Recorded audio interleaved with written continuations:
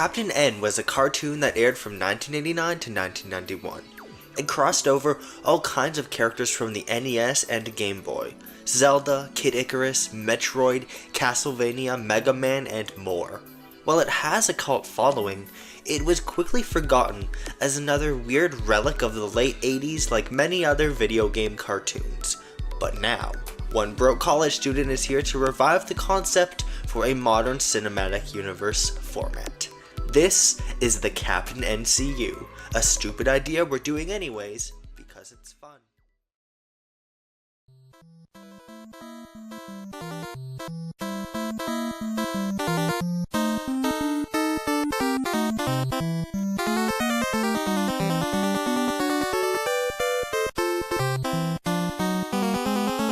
It's recording now. What's that, Janiel? You say it burns when you pee? Okay, that's fucked up. I have my friend Janiel here to pitch me an Ice Climber movie. Yes, Ice Climbers, the two little guys are the best known Nintendo little fuckers from Super Smash Bros. They're the best known Nintendo characters. This is part of an ongoing cinematic universe project based on Captain N the Game Master. Content from NES games before 1992 or Game Boy games now, because we're in phase 2, are all allowed for this universe. That's why we have an Ice Climber movie today. Now you can just jump into this, but there are some references. I don't know. I've never read any of the script. Janiel is just giving me this randomly. I think you would benefit heavily from watching Phase 1. So that's the first 2 episodes. From my understanding, it's like the Ant-Man of this universe. That is how I described it to you. Yes, not in vibes, but in how it fits into the universe as a whole. Mm-hmm. So you can jump into this, but if you want to get more context, video here. That's sick. They're gonna see here. They're gonna see that link and they're gonna click on it. Mm-hmm. So there are 3 acts to this movie, and we're going to be taking a break after each act to describe what's just happened and everything, just like they do in the Dark Universe. Yeah. I didn't know if I was allowed to mention the Dark Universe. I don't know. Podcast. That's like for context, that's like my biggest inspiration for this. They tried to make the 2017 Mummy to a cinematic universe. Yeah. Not relevant right now. There's a podcast that's Tom Cruise is not in this movie. Yes. I'm so sorry. In the Dark Universe podcast, they do guest pitches. I don't think I ever actually mentioned the Dark Universe. No, but now they know about it. This is the guest pitch for the Captain NCU. I can just I can picture like the analytics of this video. I can just see viewers start watching at this point. Huge drop off. What the hell was I talking about? So anyways, we have a pretty long script. I know none of this, so we're going to just get into it then. I wanted to start off by asking, so what do you know about Ice Climber, the NES game? Ice Climber, yes, okay. I know it kind of sucks. It's not that good. I had to play half an hour of footage for this video. Which, by the way, this video is not half an hour long. It's probably going to loop. It's going to be longer. I'm probably going to loop. Or you can play it again. Or I can. No, thanks. Okay. I know. I think Ice Climber is like in that era of arcade games where it just like they're trying to make things more complicated, but it's just a very different design philosophy than anything else on NES. They hadn't quite gotten the games are about adventure, not about how many points you get yet. I mean, you can literally like start at any mountain at any level in the game. Yeah, it's cool. And then I try to jump, and then I barely move. I made my partner play it, and they struggled for a while.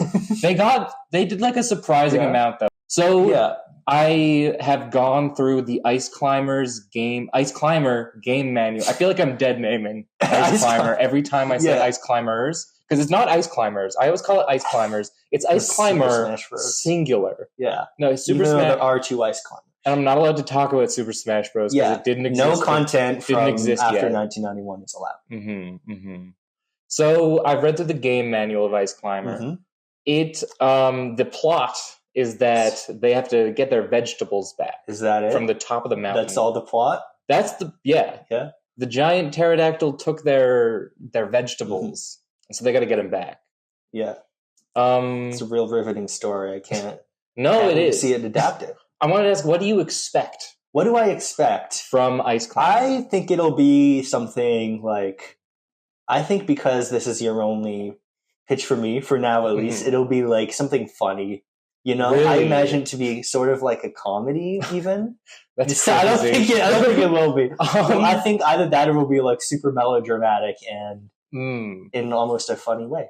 I think actually you mentioned something eggplant adjacent. I don't know if this is, we can cut this. If I did like almost entirely scrap that idea after the second. I introduced eggplant. After wizard. you stole eggplant wizard from me. I stole eggplant wizard. No, we've been working on this for a long time. No, because in something I think of a lot when I think of Ice Climber is the images of the vegetables that you get at the top of the mountain. Yeah, and they're one of the significant ones is eggplants. Yeah, that's their series logo. That's in the unmentionable game. Mm-hmm.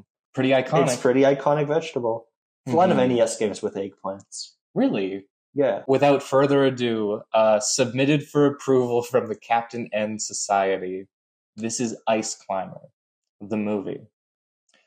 We open with the sound of wind blowing. A white screen transitions into a snowstorm. Text says the year, 2005. View of just a python being hammered into a wooden mallet. The camera... What? That's when I was born. Cool. I'm starting back a bit. There's the view of just a python being hammered in by a wooden mallet. The camera then zooms out to show a man with tan skin and black hair which flows out of a blue parka and a surprisingly small amount of climbing gear for this clearly dangerous mountain terrain. The camera then follows his tether to a similarly dressed person, the only major difference being her parka is pink rather than blue. These are Nana and Popo.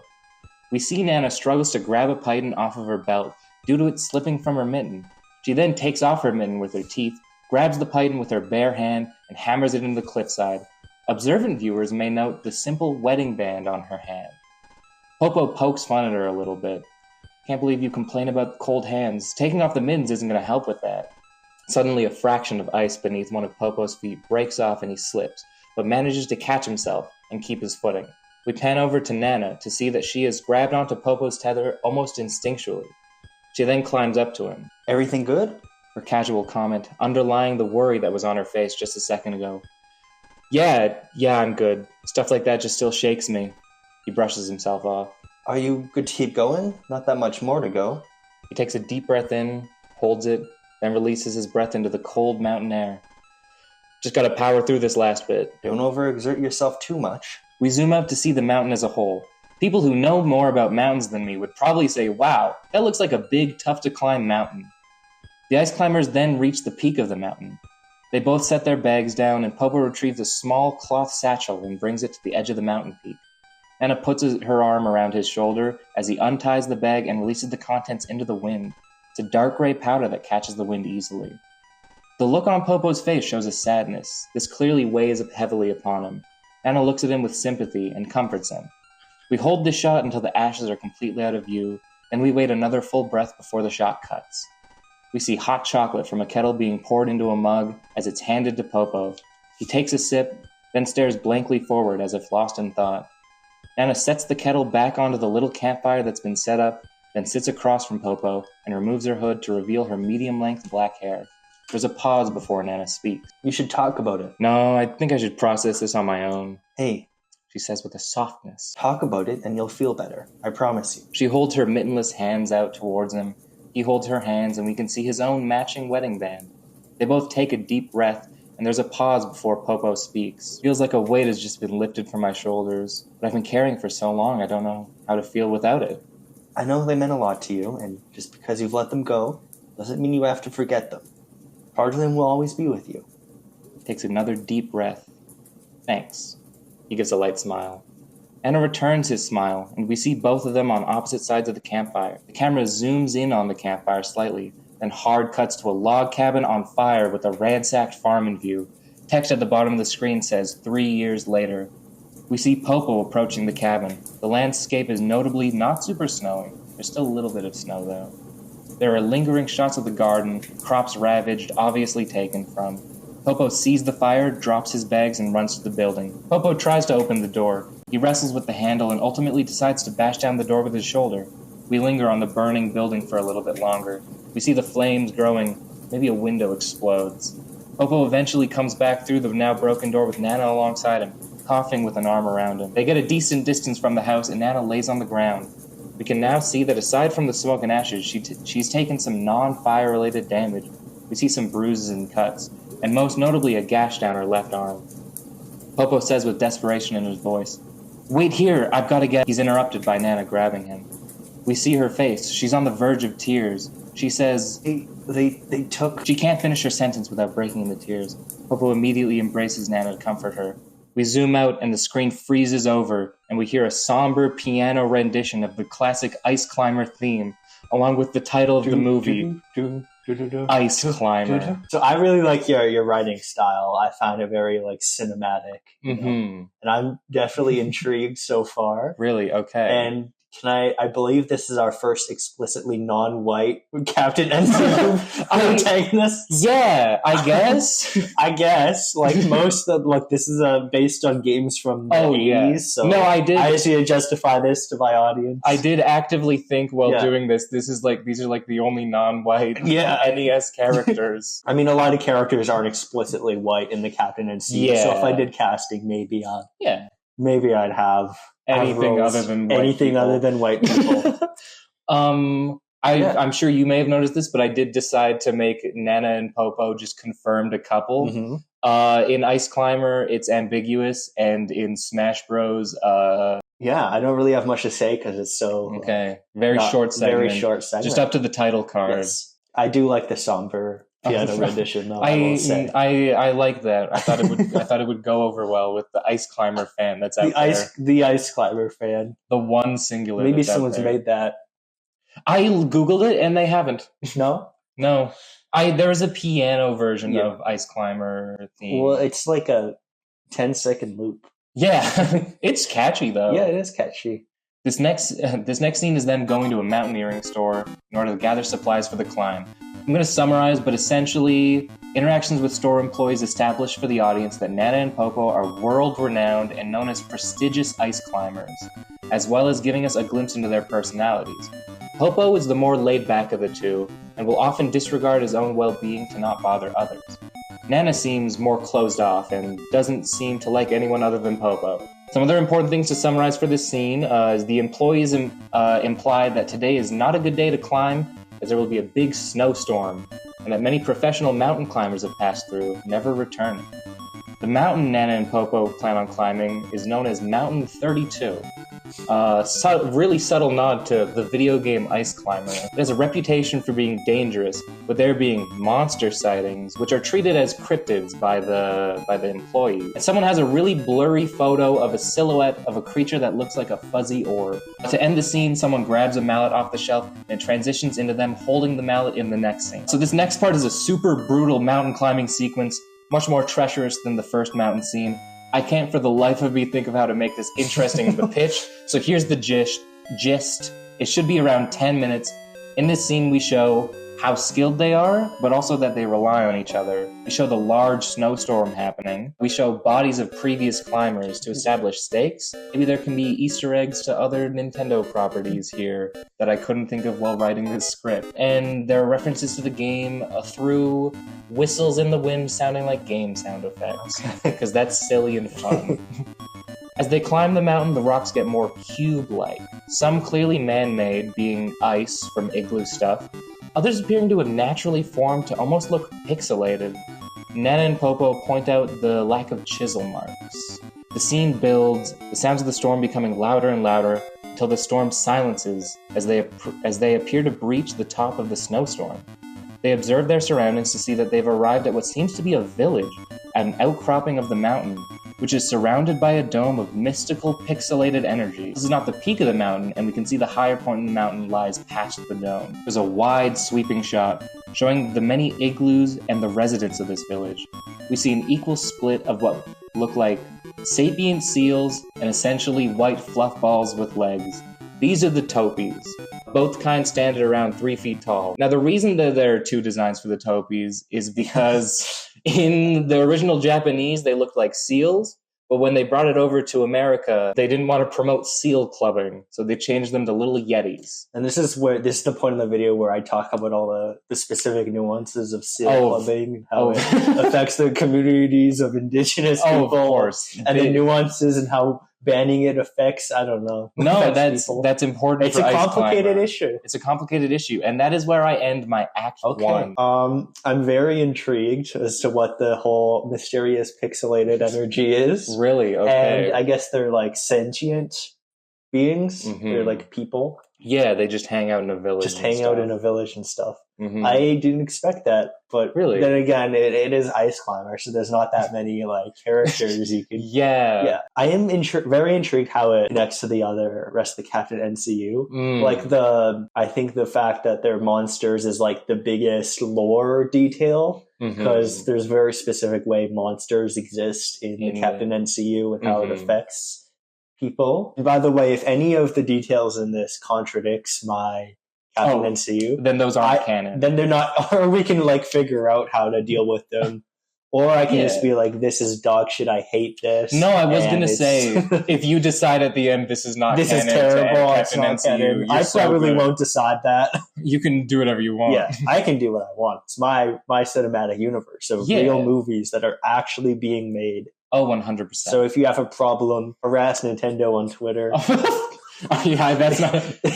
Goodbye to any free Nintendo stuff they might have sent you in 5 years from now. This is not real legal advice. No, not at all. No. Ice Climber, Act 2. As the Ice Climbers entered the town, many of the Topies stop what they're doing just to stare. Some even slowly approach the climbers. The Topies should be very cute and marketable, sometimes to the point where the audience members think that their sole purpose is to be purely marketable. And of course, the marketing and toys primarily focus on the Topies. There will be a Topi Funko Pop. Ew. Ew. Don't buy the Topi Funko Pop. Don't buy the Topi Funko Pop. Which team are you on? Team Seal or Team Yeti? Team Seal Clubbing or Team Yeti? I'm Team Yeti Club. Okay. Nana and Popo walk down a stone path as the Topies get closer and closer. Nana looks cautious, but Popo looks at them more with curiosity. One of the Yeti Topies works up the courage to approach, holding a blue pixelated flower. The flower Topi gets close enough to tug on Popo's parka, to which he notices and kneels down to meet them face to face. Observant viewers may notice Nana unholstering her mallet. Hey, little guy. And then the Topi makes a noise, which I will demonstrate now. I love that. Part of me thought it was might be too close to the grinder sound effect, but you can cut this out so that no one thinks that. It reminds me of like porgs from Star Wars. Oh yeah, those things that are made for purely marketing reasons. Yeah, they were in my marketing reasons. They were in my head while I was writing that earlier part. The Topi then holds out a flower towards Popo. Popo chuckles. Is that for me? He points at the flower and then himself. The Topi nods. As Popo reaches to receive the flower, the Topi is slammed on the head by Nana's wooden mallet, causes Popo to lurch back, and causes the Topi's eyes to become triangles, and they're sent waddling backwards. You know, like in the game. This causes all the other Topies to panic and run around comically. Do you think that was necessary? They seemed peaceful. I'm not taking any risks. You weren't there, but it was those things that took. I know. I just think we should start with diplomacy. Fine. Just please be careful. Popo picks up one of the seal Topies that are running around. The Topi still does the waddle motion well in the air. Hey, I'm really sorry about my wife, but could you point me in the direction of someone really important or something? The Topi immediately regains composure and points its flipper down the path. The camera follows to show a huge mansion made of ice blocks that we somehow did not see in any of the sweeping shots of this place. The mansion looks absolutely beautiful, with a large gate out front, fountains with polar bears on them, and like 5 hot tubs, some of which have Topies in them.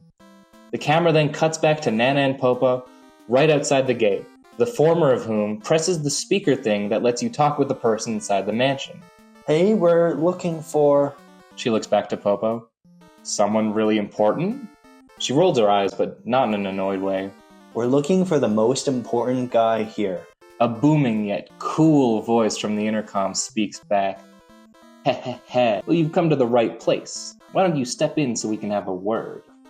The gate opens up automatically and they walk through. The Topies start to follow them again. As they swing open the huge mansion doors, they find that the inside looks more like that of a castle, I just read it. with the stone pillars and a purple carpet that leads to a golden throne. The instrumental to Ice Ice Baby is playing on a ghetto blaster in the corner. For people born after 2000, a ghetto blaster is pretty much a boombox. Sitting on the throne is a bipedal polar bear wearing sunglasses and swim trunks. All his mannerisms are that of someone trying their absolute hardest to seem as cool as possible.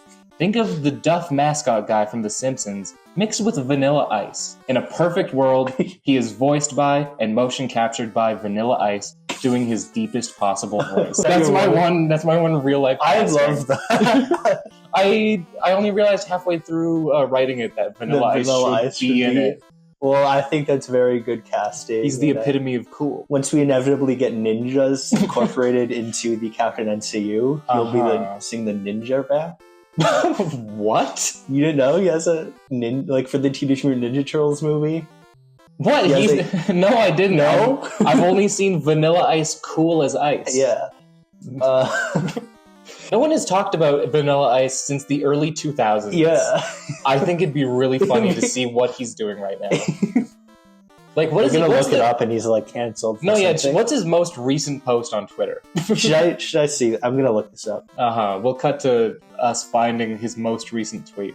Check out Vanilla Ice's video. #TikTok. Oh, he would so be a TikTok guy. I think he'd be down with TikTok. This is a video of the Epstein Files. He better not be in the Epstein Files, otherwise I have to rewrite this whole movie. I assume he's not doing too well and will do anything for the paycheck. For the paycheck. For the paycheck that Nintendo will be handing. Maybe I can hit him up on his Dude, Twitter. if you can get Vanilla Ice if I can get to cameo, get him to say a couple lines. Yeah. Also, the listeners should know that my drink has more ice in it. We had Shamrock Shakes before getting here. Yeah, but there's no green ice climber, so it didn't feel too on brand. Was told to expect guests, but I didn't think it'd be so soon. Can I just say to everybody, he's written in his script $sign as like Nana is N, Popo is P, and the polar bear is just $sign. Well, I couldn't use P because Popo is signified. Anyways, I thought it was fun. Yeah, you were expecting us? I was informed by our town warlock. You have a town warlock? Not so fast. He does a finger wag. I already answered one of your questions. Now you need to answer one of mine. That's stupid. Maybe, but it's how it works in my domain. So ask your question. Oh, right. Do you, have a favorite color? Are you fucking kidding me? Pink. There's a pause before Nana speaks. Blue. So you wanted to know about our town warlock? No, I think So basically, we've got a town warlock. He goes by Careless Dream, and he lives in an outcrop of the mountain over that way. He points in a direction. We didn't need to know that. Now, for the love of God, tell us about... He shoots her a look that reminds everyone that he's a 10-foot-tall polar bear. I'm sure our question can wait a little bit. Have a question in mind already? Gotta think for a second. I've never been good at improv. There's another awkward pause. I've got it. What's the key to a healthy relationship? Communication, really. Now tell us where our son is. The vibe of the scene shifts as we finally learn the true goals of the ice climbers climbing this mountain. How would I know? It was your villagers that took him and burnt down our house. I assure you I don't know what you're talking about. That sounds so unlike these little guys. He pets one of the topies. But if there were anyone who would know, the warlock would. Then we're leaving. As they start to leave, the whole town starts to rumble. The topies start to run around as Polar Bear tries to comfort them.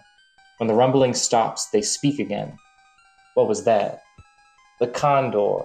The mountain shakes whenever it lands atop. And is that normal? Hey, I'm getting a lot of questions right now, and I'm feeling like I'm not getting to ask a whole lot.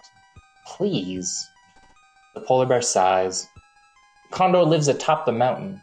She used to lead us until she lost her mind to this world. What does that mean? The warlock can explain it better. He's the one that veils this place from her sight. Was the warlock supposed to be Eggplant Wizard at first? Yes. Yes? Yes, the warlock was supposed to be Eggplant Wizard, so I made him a different character. Okay. They leave and then go to where the warlock is. I can't think of a way to interestingly describe them going from one dialogue section to another dialogue section, so I won't. They approach the warlock's place, which looks like purple fabric draped around an overhang in the mountain. Purple steam can be seen coming from it. Purple. Yeah, I like the color purple. We hear a voice from inside yell, Nasu. Then a flash of purple light comes out from within, and a couple seconds later, an eggplant with eyes and legs exits the tent and runs off. As they enter, we see the design of this abode. There's cauldrons on the ground and shelves with potions of various colors. It's very witch doctor-y. A purple-robed figure stands facing the wall, and there are some topies looking around too. From the purple-robed figure we hear, my apologies. The languages of this world have too many meanings for the same words. Now I'm sure I can fix everything, just drink this potion. For our non-Japanese speakers, this is a bit because Nasu means both eggplant and nurse in Japanese. He turns around holding a jar with a viscous red fluid in it. Now we see him properly. He looks to be a pale, surprisingly bulky man holding a dark wooden staff. Oh, you've arrived so early, Nana and Popo. You know who we are. I've divined your arrival long ago. He looks at the topies and says, privacy, which causes their eyes to glaze over and for them to walk out. My name is Careless Dream, and I can provide the answers you're looking for. So you can tell us where our son is? I can, but first I must tell you the tale of these people, so you can truly understand our plight. You can't just tell us where our son is? No, I started doing the polar bear voice again. Careless waves his staff, causing a mystical energy to come off it and coalesce on the ceiling to produce an image. He goes into his monologue. Long ago, our people lived in the realm behind your own, the realm of dreams and magic. Magic hand. We see abstract images of topies living their lives in this realm. We lived under the rule of the Condor. She was just for a time, but eventually the promise of power corrupted her. We once again see abstract, foggy images, this time of what looks like a giant pterodactyl presiding over the topies. Then eventually we see the silhouette of Chaos looming over. Strings reach from his figures and attach to the pterodactyl, which then pulls her along until she is side by side with the others of Chaos's minions. This would be like Garland, Tiamat, Bowser, Ganon. And since this takes place before Mario, we can have other cameos here. Yeah. Because maybe the roster is swapped out between. After her corruption, her rule became unjust, and the people fled. Their people no longer following her orders, she became mad and sought revenge. We then see the pterodactyl surrounded by many small birds seeking the topies. The people sought refuge in this world, so they enlisted me to open a passageway between our two realms. We see a silhouette of Careless as he casts something into a lake, which causes it to pixelate. Then the topies enter the lake. Not long after that, the Condor followed, ordered by powers higher than her to not return until she had taken revenge. But she couldn't find us. Eventually, the lack of magic in this realm caused a fracture in her psyche. She's lost who she is and now just guards the portal. This next part is a shit ton of info that I can't write to sound interesting, so just imagine it's really natural and sounding cool. Yes. That's not what I said. It's really natural sounding and cool. Ignore that. Nana and Popo ask what this has to do with them and their son, to which Careless explains the Condor took their son as a sacrifice to prolong the portal, and that in order to retrieve their son, they'll need to reach the peak of Mountain 32 and defeat the Condor. Nana and Popo ask how they're supposed to kill a giant pterodactyl. Careless tells them of an artifact in the possession of the polar bear that has the power to kill the Condor, and if they get it, he will teleport them to the peak. Nana makes a remark about how they were just there and that this constant walking back and forth is getting tedious. Careless wishes them luck on their adventure. Nana ignores him and leaves, but Popo says, "Thanks, Careless," to which he responds, "Please, call me Mr. Dream." There's a look on Popo's face that wordlessly conveys, that's a really weird thing to say, but sure, man. The camera then shows them leaving, and we see them talk for a bit. Nana wants to go directly to the polar bear mansion in order to get their son back as soon as possible, but Popo thinks they should rest for a bit. Things get tense, but ultimately they decide not to rest and go on to the mansion, with Popo agreeing to power through. The gate is still open from earlier, so they just have to walk through. When they enter the mansion, Pump Up the Jam is now playing on the boombox, and the polar bear is playing what appears to be a combination of Go Fish and Fish Jenga with some topies. After the release of the movie, Fish Jenga will be made available for purchase at Walmart or something. Okay. Gotta have those product tie-ins. The polar bear speaks. Do you, Kathy, do you have any 8s? One of the topies shakes their head. Dang. Polar bear gets up and pulls a fish from the Jenga tower and places it on the top. He then makes complete eye contact with Popo. This isn't what it looks like. There's a solid 5 seconds of silence. Yeah, I've decided I don't actually care. We're all here for the artifact. All the topies gasp. I knew this day would come, that one day I would be challenged for my title of mayor. There is no world in which I want that. Yeah, we're not really interested in that. We just need it so we can kill the condor. He wipes his brow in relief. Well, even if that's the case, I can't just hand it over. Its powers can't be wielded by the unworthy. You'll have to prove yourself. He leads them behind his throne and into an elevator in the wall. He presses the lowest button on the elevator, and they wait. There's another awkward silence. I know I do a lot of these, but I think Nana and Popo are just really socially awkward from spending years living alone in a cabin, and this polar bear is weird as fuck. So, polar bear, what can you tell us about the artifact?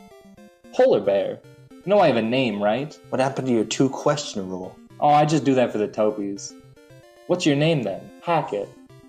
What? James Anthony Hackett. Cool. It's another silence.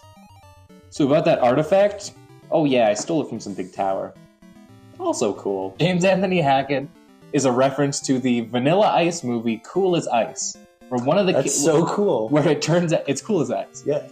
Where it turns out that one of the main characters' names is secretly James Anthony Hackett, and they've been hiding their identity from the rest of the people.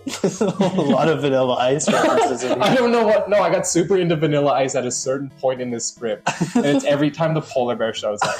You just had to research Vanilla Ice every time. No, it's just Vanilla Ice. Well, Cool as Ice. I feel like Vanilla Ice is the most like 80s person I can imagine. Like, oh yeah, all the Captain N things are set in peak Vanilla Ice. Oh yeah, or like their games originally were peak Vanilla Ice. Mario would have vibed with Vanilla Ice. Will there be an Ice Climber rap, or is that a little too much? But it's gonna be by Ice Spice during the credits. Oh, just the Ice specifically by well, Ice we need to get Spice. as many ice people as possible into this movie. Ice Cube, Ice Tea. I just want to just pause and interrupt. We do not support all types of ice on this channel. You're so right. There are forms of ice we do not support. There are some forms we don't support. Before he can actually describe the artifact, the elevator arrives at the bottom, and we see why it took so long to reach. The room has an absurdly high ceiling, and on the furthest wall has what I can only describe as what the Ice Climber game actually looks like, with the bricks and ice and everything. The polar bear then explains to them that in order to show that they are... Oh yeah, also in the script I do keep referring to him as Polar Bear, because I don't want to refer to him as James Anthony Hackett. Yeah. The polar bear then explains that in order to show that they're worthy, they need to climb this course while the topies try to push them off. You know, like the video game. Once again, this is a big climbing segment that would look cool on screen but would be boring in text, so I'm not going to describe it here, but essentially they climb it really good and cool, and the polar bear repairs it while they're climbing, you know, like in the game. They go back to the elevator, but we don't see it because that would be redundant. The polar bear digs through a treasure chest and pulls out what looks like a big purple mallet. This is Thor's hammer. Who's Thor? I don't know, man. Like I said, I just stole this. For people who haven't played Final Fantasy, I searched up Final Fantasy hammers, and Thor's hammer. There's just a purple hammer called Thor's hammer that lets you shoot lightning. I didn't know about this. You find it in Mirage Tower, and I thought it'd be cool to give them a magic hammer. And I wrote this at the point where I just thought that the video game world was Final Fantasy and Zelda. Second strongest hammer. Yeah, I didn't want to give him the strongest one. He's only faced it. Polar Bear gives Popo the hammer, wishes them luck, and bids them adieu. As Popo holds the hammer, it crackles with lightning. He points it at a snowman, and the lightning shoots out and explodes it. He looks to Nana, and they share a look that says they've almost made it. And Popo says his famous line, just gotta power through this next part. We re-enter Mr. Dream's place to see in the middle of his floor what looks to be a pool of pixelated liquid. This should bring you to the top. Before you go, you should know a few things. At the peak is the original portal we came here in. Be careful around it. Any major force may close it forever. There's also a lot of birds up there, so be ready for that. And last, once you've killed the condor, I'll be up there to help you find your son. Understood? Popo says understood. And Nana nods. They both jump through the pool and disappear into it. And that's the end of Act 2. Okay. So I have a few notes. Okay. I took little brief notes. Okay, I'm glad to hear them. One of my thing was just to ask if Mr. Dream was a real character. That was before you said Mr. Dream. Mm-hmm. Yeah. I wonder how that would work, because the Punch-Out TV show I made would probably be like around the same time as this. Really? Yeah. Wait, your Punch-Out TV show is a period piece? Well, not the same time, but like it would probably be airing around this part of the... Yeah. Yeah. I think... Well, I'm not supposed to say I have a Punch-Out TV show, but whatever. Punch-Out... I just said last video I'll have 2 TV shows for next one. Spoiler alert, one of them is a Punch-Out TV show. Whoa, you heard it here first. I did include a mention of Mr. Dream in that one. I'm going to change that. Okay. Even if it's... like, it'll still probably be fine anyways. Mm-hmm. Yeah, I don't know. It's just Mr. Dream. It's just Mr. Dream. He's not even in the game originally. No, he's the replacement for Mike Tyson. Yeah. And I did check, Mr. Dream's Punch-Out was released within the time frame. I think it was like 1987. Was it? I thought it was 91. I think the original... the original NES one was... Original Mike Tyson's Punch-Out was... Never mind. I do like how them climbing is incorporated into the plot besides just the beginning. Thank you. Also, this pitch is like more descriptive of everything that happens than some of mine. Well, you told me that it needed to be. You said I needed to write a false... When I said that as a joke. Yeah, and I took it seriously. Okay.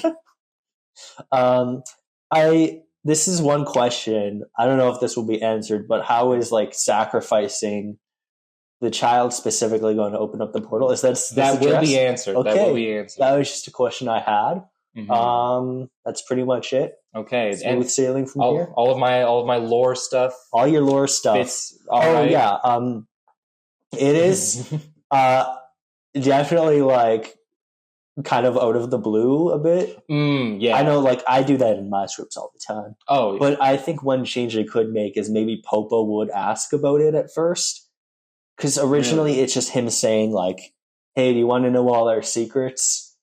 I think maybe Popo cast curious. Yeah, Popo could be a little curious, like ask what it is. No, I think that's a good idea. Yeah. I made 2 characters that are just objective oriented, and I am realizing that doesn't leave a lot of room. I had to really abruptly put in the monologues and exposition. I think Popo could be like, you mentioned he's like more socially awkward. Maybe he could be like wanting to know what's going on with all the Topies, which would probably. Even though they're supposed to be both like more like stoic characters, I don't know if that's the right word, but like more in it for themselves. I think Popo would probably be. I think the script would benefit from that a lot, and I think if I were to do a take 2, I definitely think that, or if I were to expand it, which we're not. You don't have to. Which we're not. This is the final draft. This is the final draft.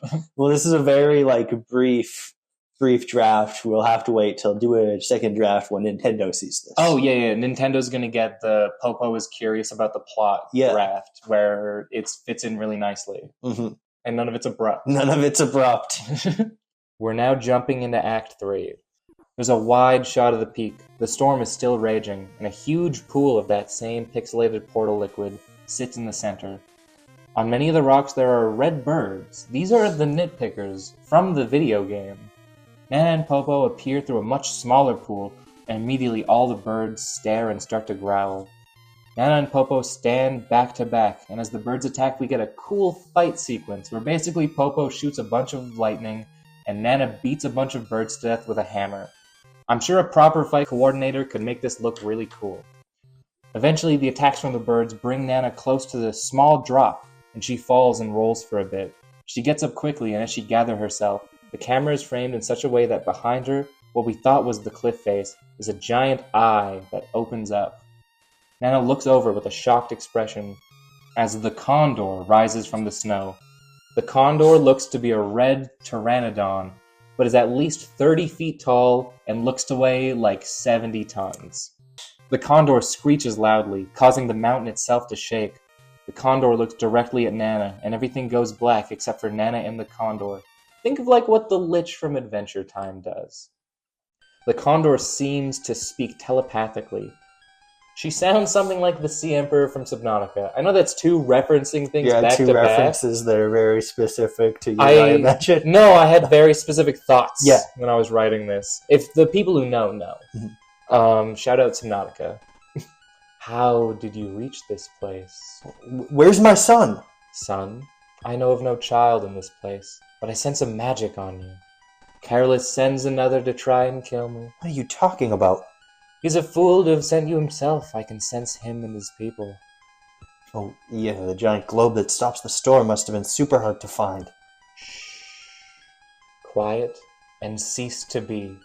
As the condor begins to slash towards Nana with her claws, Nana is pushed out of the way just in time by Popo, who takes the slash across his chest as blood splashes out, and suddenly we can see the background again. He winces in pain, points Thor's hammer at the condor, and lightning shoots out, which immediately starts to singe her skin.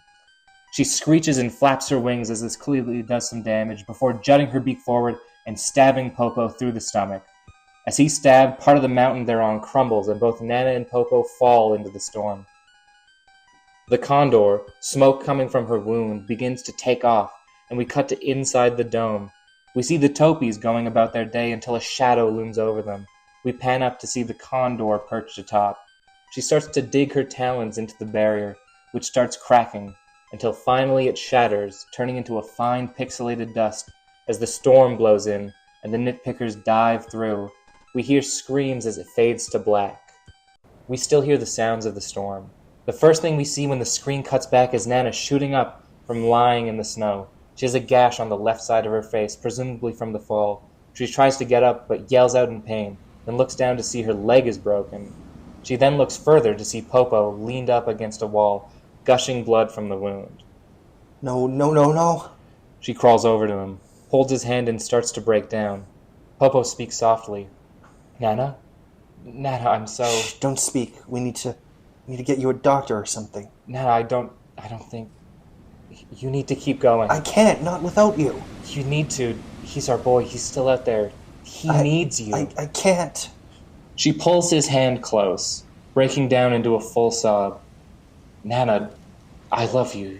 You just need to power through. He starts to fade. He leans his head onto hers, touching their foreheads together. As Popo dies, the camera zooms out. Time passes, and eventually we hear an ethereal voice that comes in staticky, like a phone with bad connection. Hello? Can you hear me? Nana looks around confused, face now smeared with blood. It's the voice of Mr. Dream. Cool, you're alive. I don't have much time to explain. Meet me at these coordinates. Nana then grabs her head in pain, but it quickly passes. Fucking wizard. That's what they called me in high school. Is it? She grabs Thor's hammer, looks at Popo one last time, takes a deep breath, then presses on. Do we want to pause there to discuss anything? Rest in peace, Popo. Rest in peace, Popo. I definitely thought I should kill off one of them. Yeah. Oh my god. Yeah? Yeah. That is. I was worried that you got spoiled on that when I showed you. I was spoiled a bit ahead when I just looked at it. Like 5 minutes ago. Okay. Yeah, I was not expecting that. Really? Huh. This is how I know you weren't taking Smash into consideration. Because if you died first, then she would just disappear. Then she would disappear, of course. I didn't think about that. I do really like incorporating Thor's hammer too, and the fact that it gets passed on to her as well. Mm-hmm. No, because it was just kind of assumed, he's the one who has it. Yeah, they just gave him the hammer. They just gave him the hammer. I originally, in my original plans for this script, Popo died way earlier, really? Like in early Act 2, because didn't. You may see it in my writing, but it's very awkward to write two characters who have very similar personalities and are on the same side of the conversation. Well, I didn't even notice it. I didn't even notice that. That's because you're voicing one of them. Maybe. So it's easier for us to differentiate. Yeah. She crawls for a while, doing more impressive climbing stuff. Eventually, we hear a crunching of the snow. The camera starts by only showing his boots, but eventually the camera zooms out and we see Careless Dream. You look like shit. Does that mean the other one's dead? Anna stares daggers at him. Should have known this whole thing would be a bust. He starts to walk away. I'm not finished yet. Really? You think you have what it takes to finish this? Anna grips the hammer. You're not gonna get anywhere like that. He lazily tosses a red potion into the snow in front of her. That should get you back under your feet. And I should have enough magic to get you back to the village. You have to climb the rest of the way, though. Anna digs through the snow and retrieves the potion. She pops the cork out and drinks the liquid. As she does, the wounds on her face scar over, and her leg snaps back into place. It should probably be a little bit gross. Nana feels her leg. When she's surprised at the lack of pain, she stands up. Careless swirls his staff, and another puddle portal appears. Everything is riding on you. Good luck, Ice Climber. He gives a toothy grin. And there's a pause for the audience to clap because they say the name. Good luck, Ice Climber. Good luck, Ice Climber. When I wrote that, I was fucking giggling to myself. It's like, that's the name of the movie. Let's say that again. I'm Captain N, and this is my Final Fantasy. No, I like that. They do that in Final Fantasy VII Mission Abridged. Really? Yeah. Anyways, I'm distracting you. No, you're good. I learned recently that all of the Lord of the Rings movies... Alright, buddy, we got a movie to get on with. I'm cutting this. Nana ignores him and jumps through the portal, which brings us immediately to the village. The storm is still raging and the nitpickers fly everywhere. In the background, we see the polar bear punching birds as they fly near. Nana sees this and shoots lightning at the birds around him. The two of them share a look, then nod, and both go off in their own directions. Nana reaches where the mountain continues up from the village and begins to climb. This is the last climbing section of the film. It's grueling and treacherous, and I'm sure someone who's a good writer can make it seem super cool. Well, I think like this one, because Popo isn't there, it'll be like more of a struggle. Oh yeah, so 100%. You can show that. Yeah. If you're a good writer. If you're a good writer. Gonna write climbing scenes. But for now, we're going to use our imagination to imagine an emotionally powerful, heavily music-oriented scene where Nana pushes through all the obstacles to overcome hardship. She eventually reaches the peak. She pulls out her hammer and shoots lightning into the sky. We can see the giant silhouette of the condor through the clouds.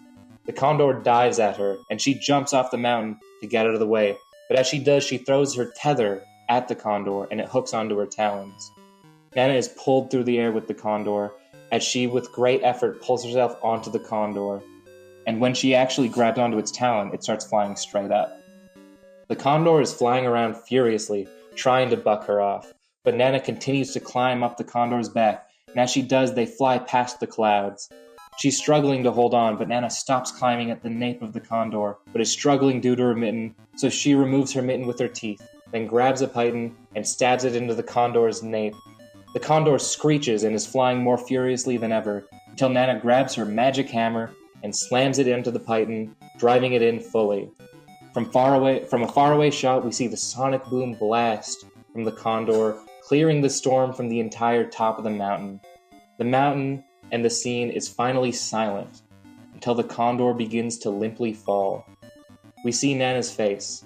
There's sadness, but also a contentness as she plummets with the condor. They fall to the peak of the mountain and through the giant portal lake, which splashes furiously before dissipating, leaving the mountain with no sign of either of them. We fade to black. Eventually, we see Nana walking through this black void. The camera gets close to her face. The blood is no longer smeared on her, but the scar remains. I hope your first day in Magic Hand has treated you well.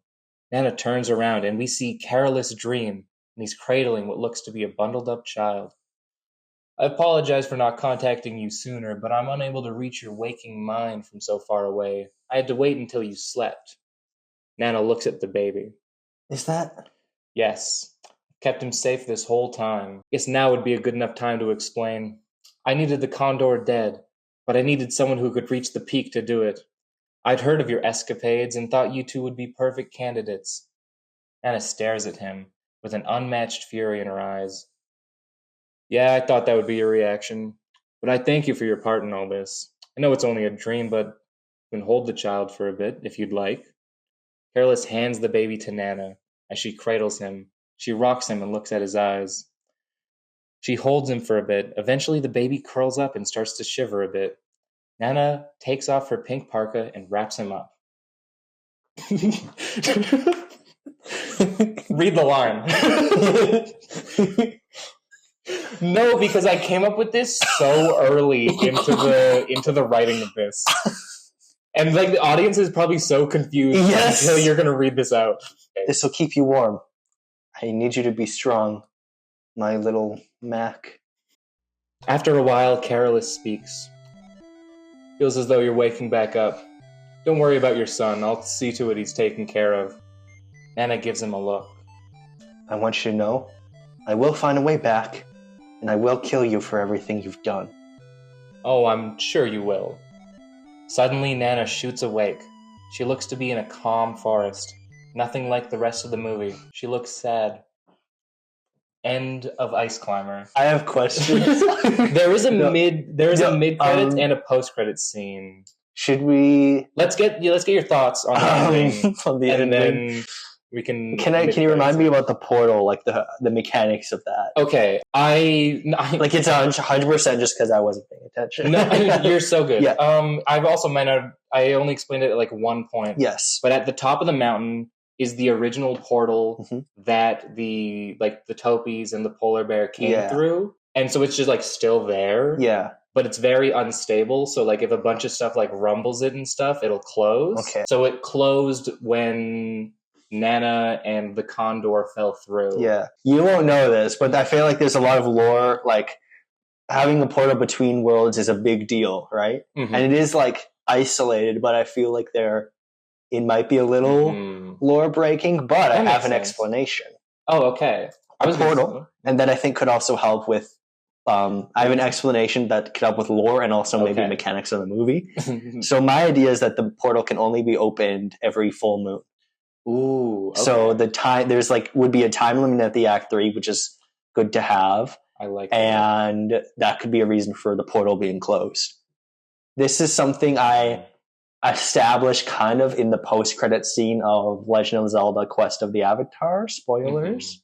But it is a mechanic from the Ultima series. Okay.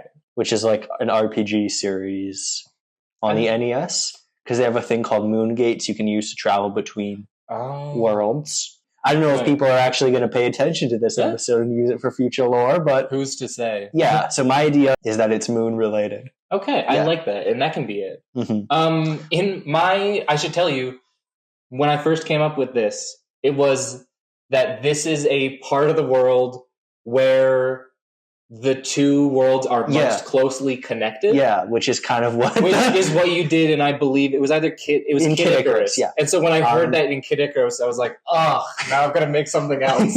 I think it can make sense for there to be multiple spaces with that, especially if it's like... Because this one is high up in a mountain, last one was like deep underground in a cave. Yeah. So it can make sense that places like those are where the barrier between dimensions is. I like the portal being open only on the full moon, though. I think I also have another detail to add, which I was gonna ask this before I got to the ending line. Okay. I was legitimately gonna ask, can Mr. Dream die? Oh, because my idea is to make him part of the Lephanes, like the alien species. Oh, and so.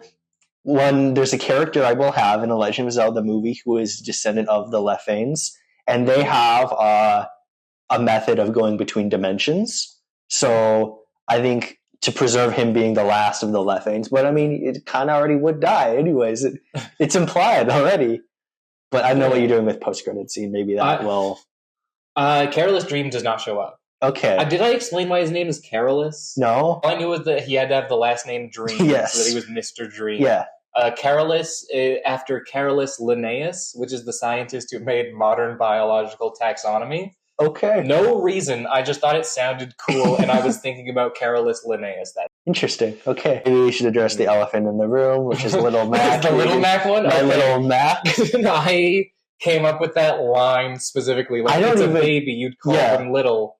Their name is Mac. I don't even understand how that would be incorporated into the future, because Little Mac is in New York. Carolus says something like, I'll see to your son's taken care of. Okay. As in, I think I originally had him say something like, I've got family in Brooklyn, New York. But that felt like a weird one. That felt like a little weird, but the fans will know. The fans will know. This is probably the thing I was most worried about. Contradicting I guess stuff it can make planned. sense.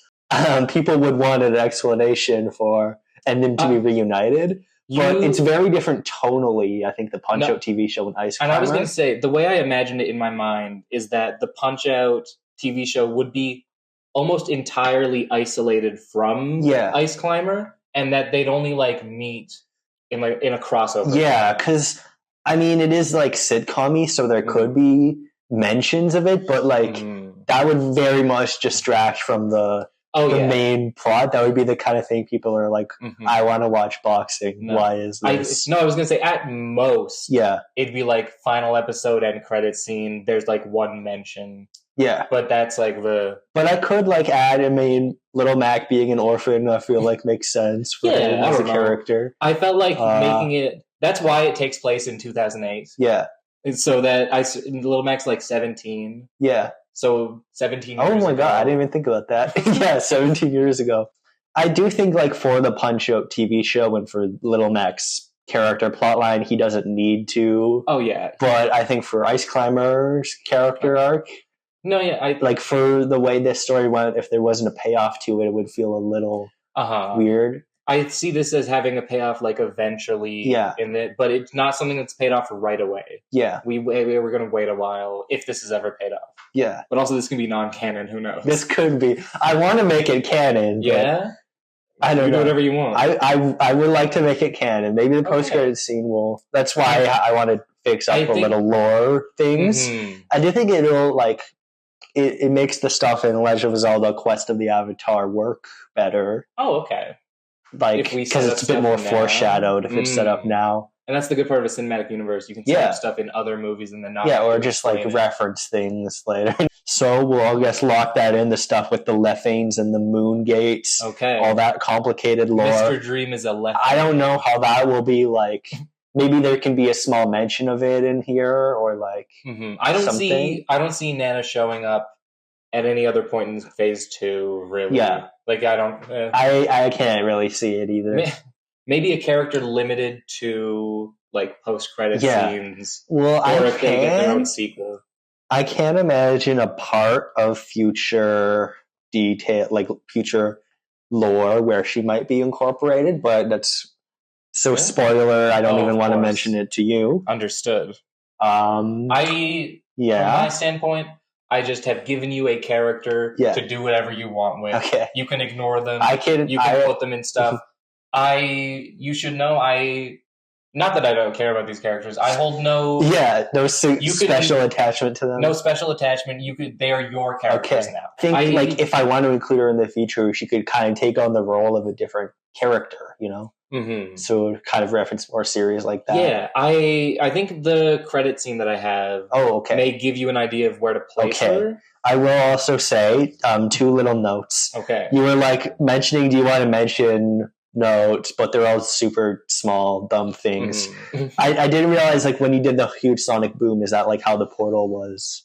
No, the portal closed because they like fell through it really hard because it's a giant pterodactyl. No, I just thought that was really like I just thought it was an Act 3. I just thought it was a cool shot, like a big finale. I said it's kind of like anime BS. When I write stuff, I think of like big scenes, and then everything around them, I have to be like, then they do this to get here. Then they do that.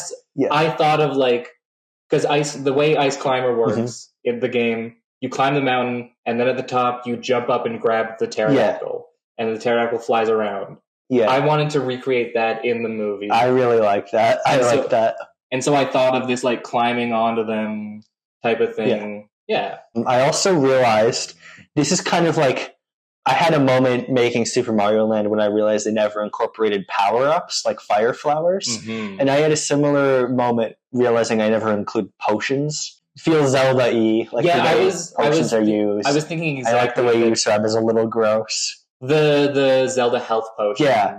From NES. I'm still technically writing The Legend of Zelda Quest of the Avatar. Even though I finished all my editing, there's still time to finish that. I don't know where it would be. It would probably like, I think at this point it would like be a stretch kind of to include it, but I mean, maybe in future plans I can include potions. Yeah, I'm just glad I got to take stuff from different places. Yeah, I think it was fun. Hammer. I like having free reign of a cinematic universe. You can use any IP. Okay, mid-credit scene. Text across the screen says modern day. We're in a forest, and we zoom in on a cave entrance with saloon doors. We can hear sounds of talking inside. We see inside, and we see that it's a bar filled with moblins, doing miscellaneous bar activities. After a while, the saloon doors swing open, and shrouded in the light from outside, an individual in a white parka and faded purple hammer on their belt stands. All the activity in the bar stops, and the moblins look towards the figure. The moblins rush to pick up their weapons and charge the figure, and as one of the moblins swings their weapon at the figure, a booming voice says, "Ice." When this happens, there's a flash of white and everything in the room becomes covered in ice, and all the moblins become completely frozen. The figure calmly walks through all the iced moblins to a door at the back of the bar. They walk through the door, and within is a pedestal with an orb on top. The figure walks up to the orb and finally removes the hood from their parka. We see Nana, visibly aged, with a few wrinkles and slightly grayer hair. She puts her hand over the orb and says, "Show me my son." Within the orb, we see someone in Nana's pink parka punching a punching bag. The camera goes into the orb, and now we're inside a gym. The person in pink punches the bag more furiously until they punch it loose from the ceiling and it falls to the ground. He removes the hood from his parka, and we see Little Mac. We fade to black, and we see the text, "Little Mac will return" in Punch-Out. I am a big fan of recontextualizing things that people have. So when I realized that Little Mac has a pink jacket, got that from Nana. Wow. That's a big part of the reason. Why they were connection? Why? Yeah, because I was like, wow. I'm curious to see how, I guess I will be forced to continue this. Yeah. This is how Kevin Feige feels, I guess. It must be. It must be when he can't plan everything himself. Mm-hmm. Okay, now we're going to do the post-credit scene, and then we can talk about... I have one note I made, but... Understood. You're going to need a lot of notes for the post-credit scene. A lot of notes. Okay. We hear the sound of waves, and the camera sweeps across a beach. Eventually, we see some topies playing in the sand. The camera keeps moving, and we see more and more topies hanging out on this beach, being cute and marketable, until the camera stops at the polar bear, sunbathing on a reclined lawn chair. Someone dressed as a waiter approaches him. "Would you like more champagne, sir?" To which the polar bear responds, "Yeah, that'd be cool. Cool as ice." And that's the end of Ice Climber. Okay, a lot of notes. There's a very subtle reference to Vanilla Ice's movie, Vanilla Ice Cool as Ice. So will there be a rap from Vanilla Ice? Or Ice Spice in the end? I don't know, it depends on how much his cameo costs. How much his cameo to make a song? Yeah. Thanks for having me on the show. Thanks for listening to my... Yes, you're welcome, Janiel. Thanks for letting me write a silly little ice climber. Yeah, thank you for writing your very amazing ice climber. Ice climber pitch. I think it is the longest thing I've ever written. Really? It's like 14 pages. 6,000 words. Yeah, I'm a university student. I should. Yeah, you should be writing. Don't you have 12-page papers to write, Janiel? I do. I have a 12-page paper due tomorrow at midnight. I'm at 9 pages. And he's doing this instead. This is even more fun. Yeah, it is. I agree, it's more fun, and I appreciate you doing this instead of your important paper. I had a lot of fun. Thank you. I had a lot of fun too. No, you're welcome for having Little Mac. That's gonna complicate Punch-Out show really? a lot. Maybe. Yeah. I don't know the actual show, but like future plans. Yeah, I kind of intended to just leave Little Mac in the show too. Really? Yeah, and just have him isolated to the show. Yeah. Yeah. For those of you who want to watch any previous episodes, it's right here. Wow, those are super cool and clickable boxes on the screen. Cool clickable boxes. I don't even know how to make those clickable boxes. I don't think Is it? I think the clickable box. Can anyone make them, or is it just like you? I think it's only at the end of your videos. Yeah. That's right, guys. I'm a YouTuber. Don't tell anyone. And I will probably link to my channel in the description so that he has to make an actual description for this one. I'm probably making a description anyways. You know why I always put descriptions on videos is because if I see a video and like it's not immediately clear what it's about, I'm going to use the AI summary. Unfortunately, I will use the AI summary. That's unfortunate. Unfortunate. No, so that's why I started putting descriptions on my videos. It's really permeated through too much. And the second episode of Phase 2 will be out soon. I still have to play Mother for that. Have fun. Yeah, hopefully. It's an RPG, so it's going to be long. It's going to be long. Hopefully not as bad as playing Final Fantasy was. Not bad. I like the game. It's just the PlayStation Portable version is a lot more entertaining. It's long and the old. The Wonder Swan port, it is long and it is old. Yeah, well, once again, thanks for having me on the show. Everyone, imagine me handshaking with Mr. Kirby and Hales Jotaro himself. And hope you go to the doctor about that burning pee. Okay. I do need to go to the doctor. I think it's important.